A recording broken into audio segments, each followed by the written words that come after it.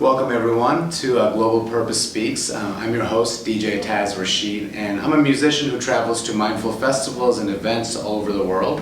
And one of my passions is to have conversations with transformational leaders, learn about their unique missions and how they're changing the world. This talk series is in partnership with Global Purpose Movement, which is a collective of change makers convening and co-creating in the Earth's current shift towards a world that's working for everyone. Today we're chatting with Dustin DiPerna, who's founder of Bright Alliance and co-founder of the Synergy Forum. He's also an author, group facilitator, and a meditation instructor. For the past decade, he's been a student of integral theory and practicing spiritual lineage of, you have to help me with this, Mahamudra and Dzogchen. How do you say it? Dzogchen. Dzogchen. Okay, I wasn't even going to try to butcher that one. And he's received a Bachelor of Science degree from Cornell University and a Master of Liberal Arts degree in religion from Harvard University. Dustin remains committed to the development of integral, informed spiritual paths that have spiritually awakening accessible to all. He lives in California with his wife, Amanda, and daughter, Jaya. So, Dustin, first of all, welcome. Thank you. Thank you for making it over to Chicago. We're excited to have you here at the Green Heart Center. And, let's get into it. These interviews are short. Can you just tell us a little bit about how you got into all this? Because you got into this early on in your life. How did you how did you find the path and the path find you? That's a good question. I was born and raised in Ohio.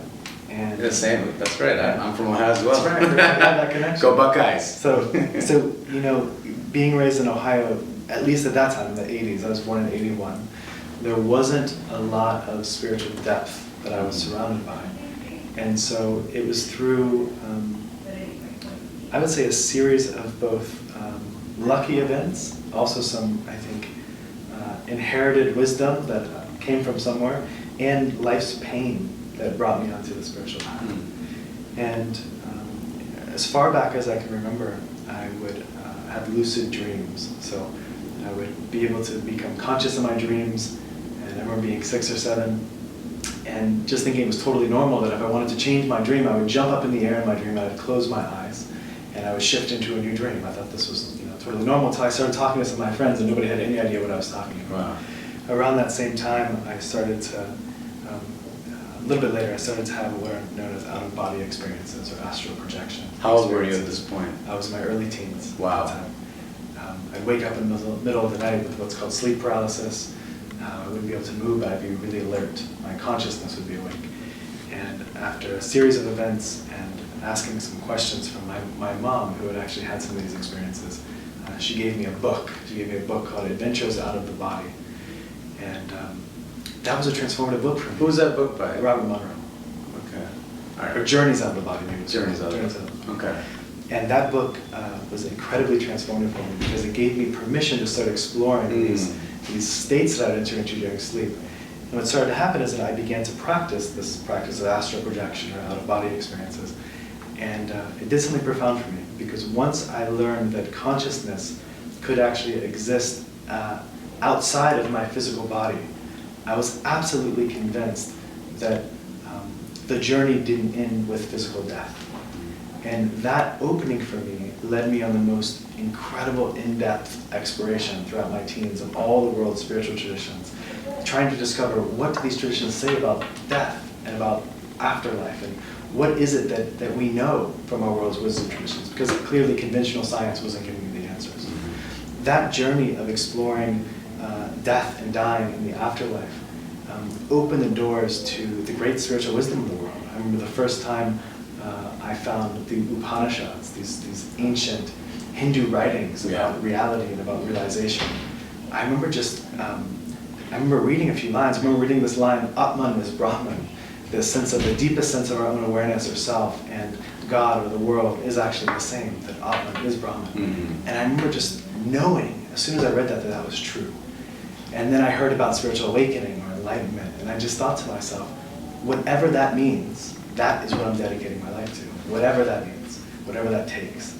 And since then, you were still in Ohio at this point. I was still in Ohio. Okay. and so since then, it was a non-stop journey of discovering truth, discovering what is reality.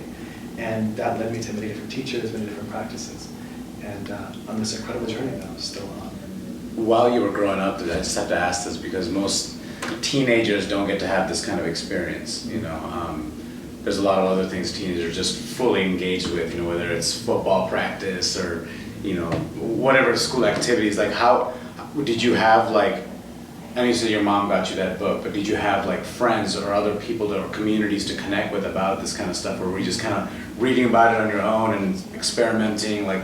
And how did you integrate it into your regular, like, say, high school life? Yeah, because I was a you know, high school varsity wrestler. So early, you know, freshman. This conversation's probably didn't. They weren't happening. Upanishads were not happening in the locker room. You know, in football, I was always an athlete. I was always hanging out. Yeah. You know, going to parties. But I had this whole other life, and I was so alone. I was 100% isolated and alone.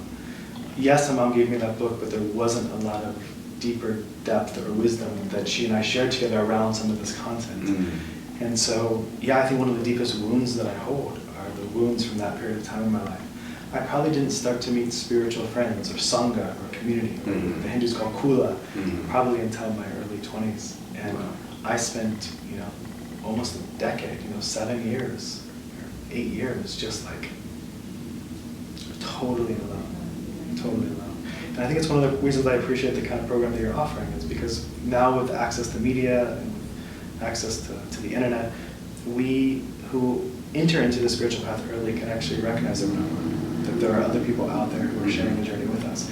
And it doesn't have to mean that, you know, you start reading the Upanishads in your teens, or that you have out-of-body experiences or anything like this. There's just a calling that some of us have for something more than this consumerist, materialistic lifestyle that we see being promoted in popular culture and by society. And so it's more about you know, your show, the Global Purpose Movement, what John and I are doing, the Synergy Forum.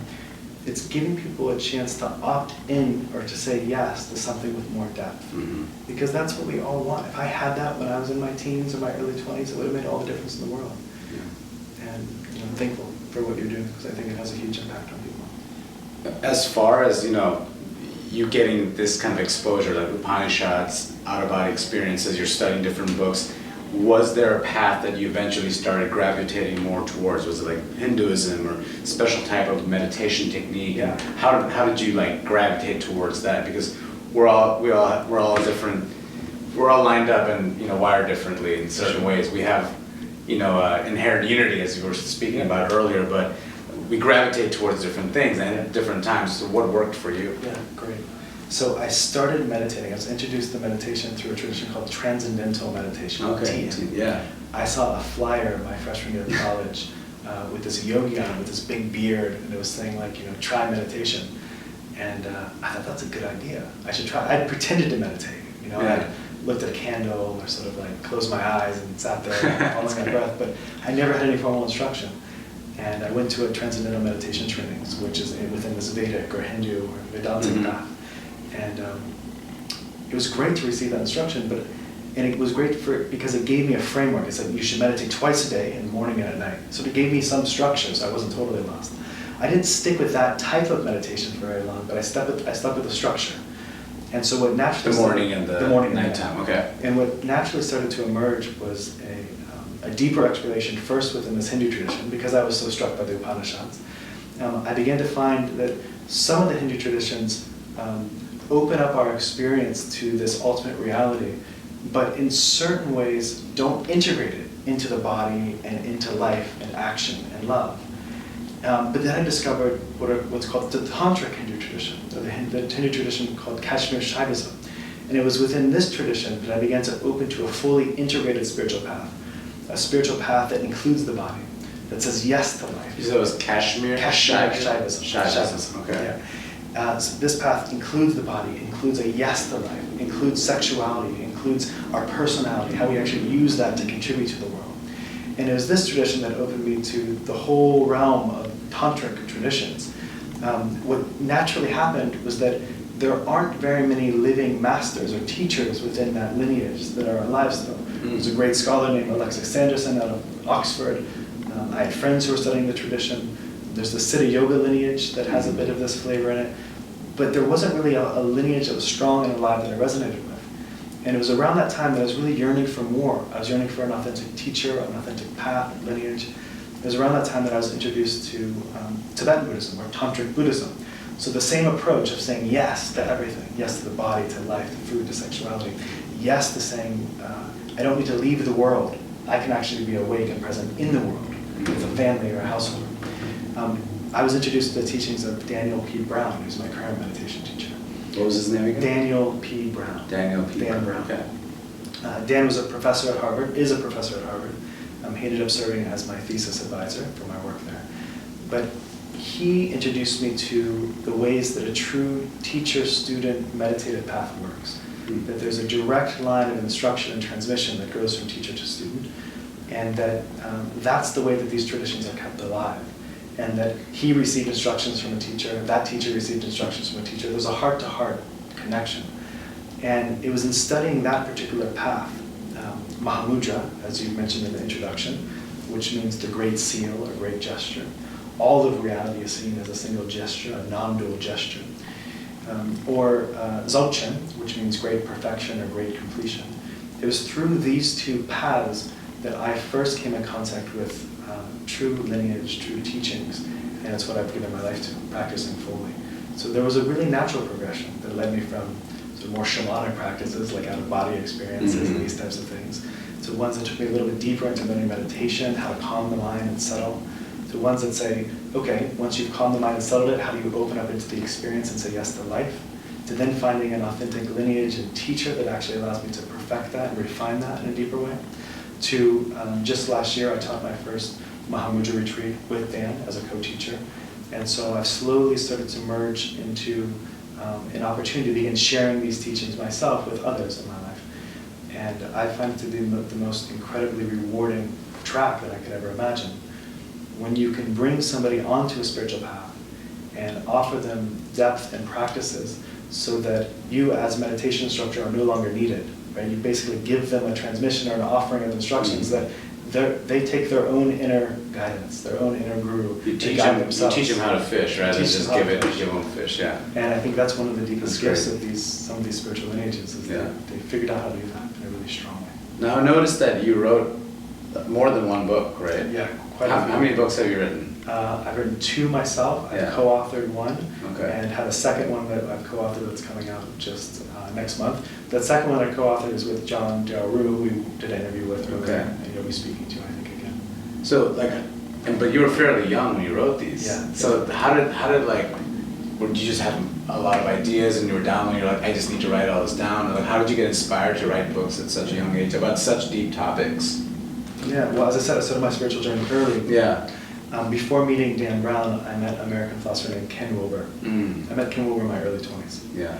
And Ken Wilber really changed my life in the sense that he gave me a framework to understand how spirituality relates to everyday living and how it relates to psychological development, how it relates to all the other dimensions of my life. He helped me make sense of the complexity of life.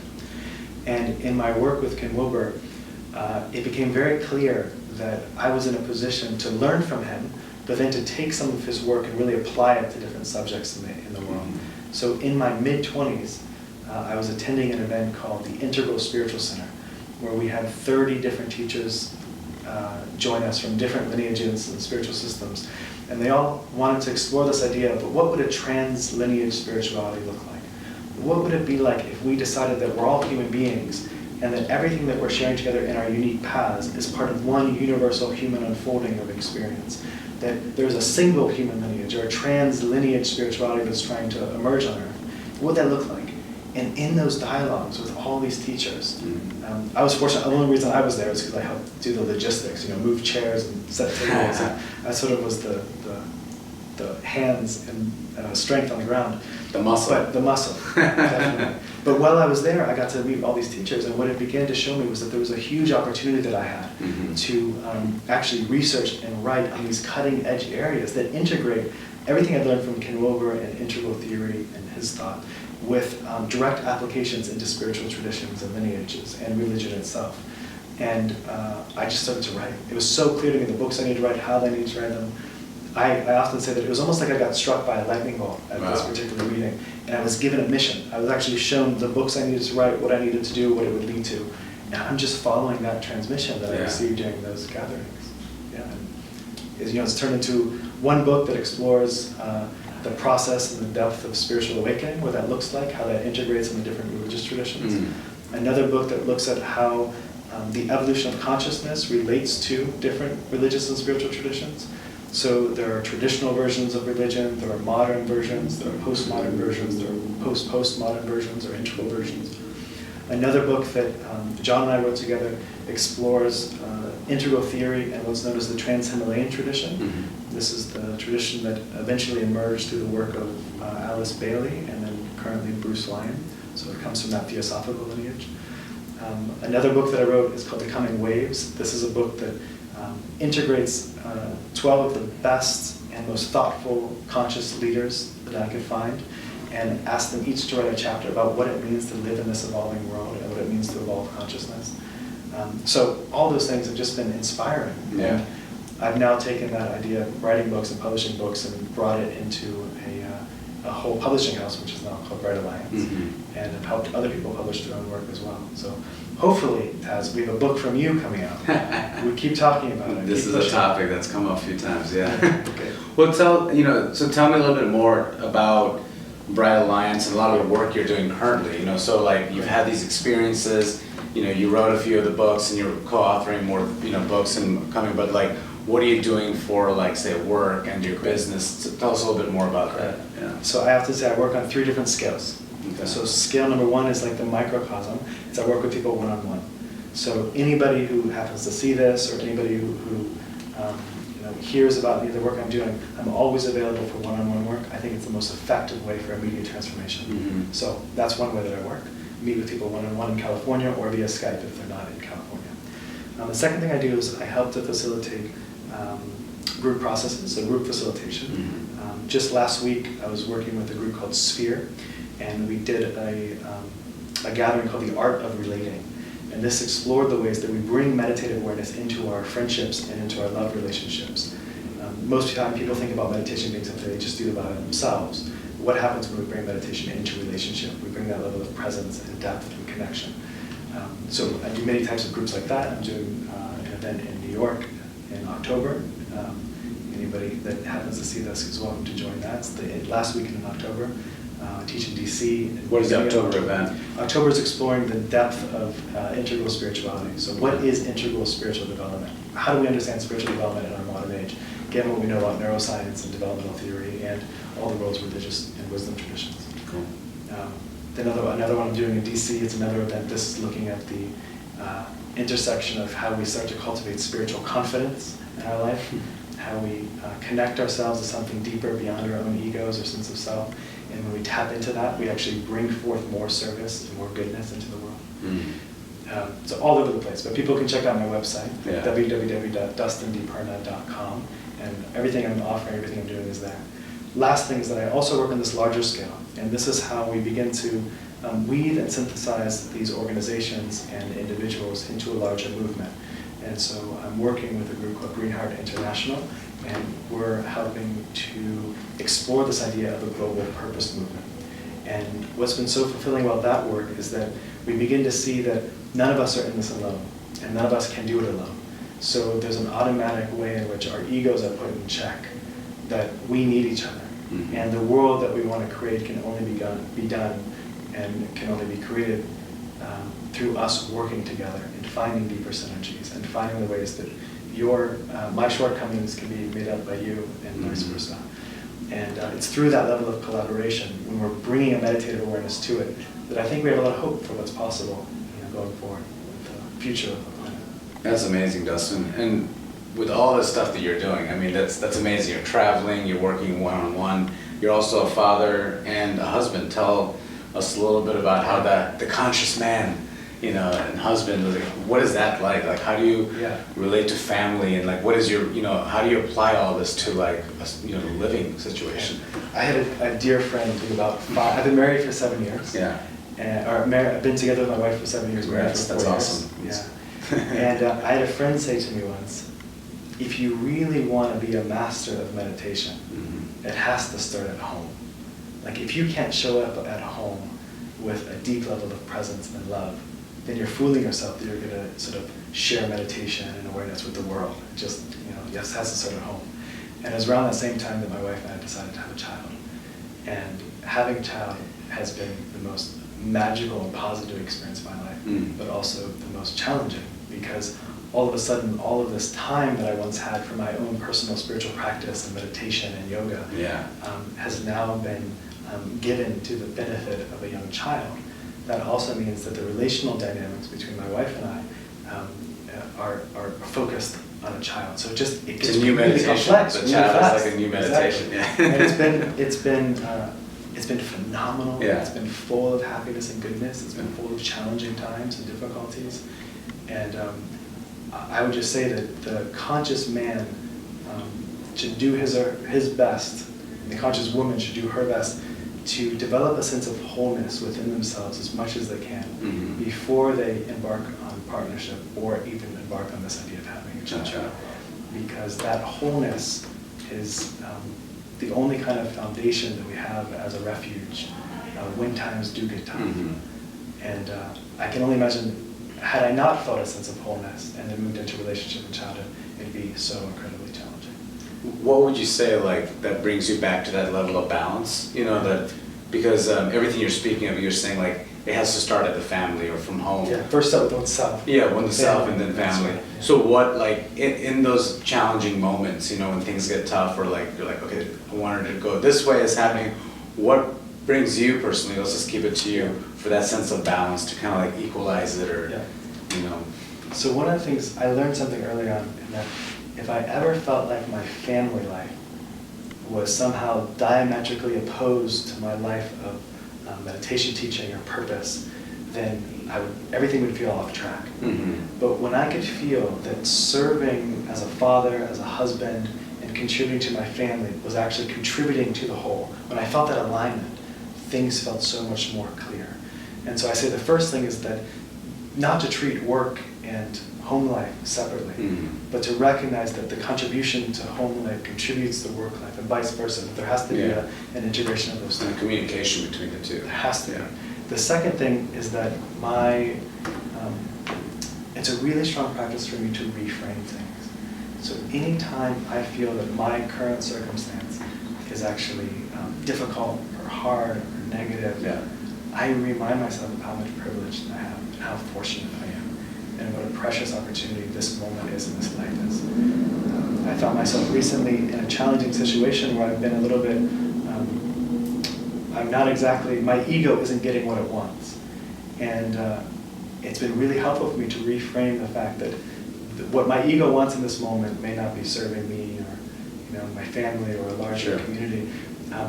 But how small that is in comparison to like the mother who has a dying child who can't afford the medicine to pay for the child that would save him or her, or the family who doesn't have enough food to eat and is actually suffering as a result, or the people who are enslaved or indentured in some way. And just for me, that reframing helps remind me about how small my problems are.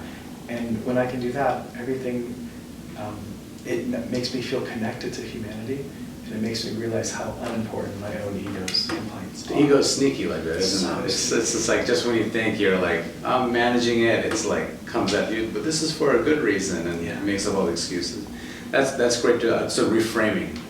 Reframing, I like that. So as far as 2017 coming up, like, what are you looking forward to? What are like top 3 things you're just like, it doesn't have to be even work, it's just be a personal project or something fun. What are you looking forward to? Great. I mean, I'm working now on the most incredible app called Sphere.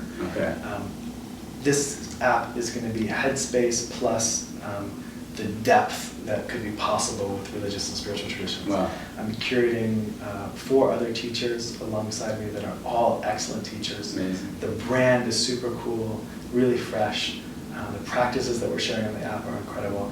It can really be one of those apps that changes the face of spirituality through technology. Is there a time that it's going to be released? I think betas will be released in this year, 2016. Okay. I think by next year we'll be really growing it. The cool thing about this app is that we're also balancing with in-person events. So as communities of practitioners begin to use the app internationally, we'll be able to actually do in-person events wherever those concentrations of communities are. Wow. One of the principles that I have as a meditation teacher is never to be too far removed from those who are receiving any meditations that I'm giving. So I feel an obligation to show up personally, and the team of people I'm curating to show up personally, so we can really work with people and steward them to deeper levels of depth. That's the thing I'm most excited That sounds like, I want that. That's great. Anything else? Family life. Family life. I think that there's a good chance that, I have one daughter now. There's a good chance that over the coming year in 2017, we'll maybe start expanding our family. Great. That's a huge, daunting, number but 2. exciting. And then just continuing to deepen my practice. That's a really top priority for me. Deepening my practice with meditation, and with how I can continue to share that with others. Can you just remind everyone one more time how to get in touch with you? Sure, thank you. Any social media or just any other websites that they should? Sure, so www.dustindiperna.com. It's DUSTINDIPERNA.com. All that provides the basic portals to my Twitter account, my Facebook account, all my social media accounts. It's a really good way to get in touch. And feel free to email me through the site. I'll be happy to be in contact with anybody who's interested in deepening their practice. Amazing. Thank you, Dustin, for Dustin. being with us today. And thank you, everyone, for joining us on another episode of Global Purpose Speaks. I'm your host, DJ Taz Rashid, and this talk series is in partnership with Global Purpose Movement, which is also a collective of change makers convening and co-creating in the world's current shift towards a world that's working for everyone. Join the conversation at globalpurposemovement.com, and we'll see you next time. Thank you. Namaste.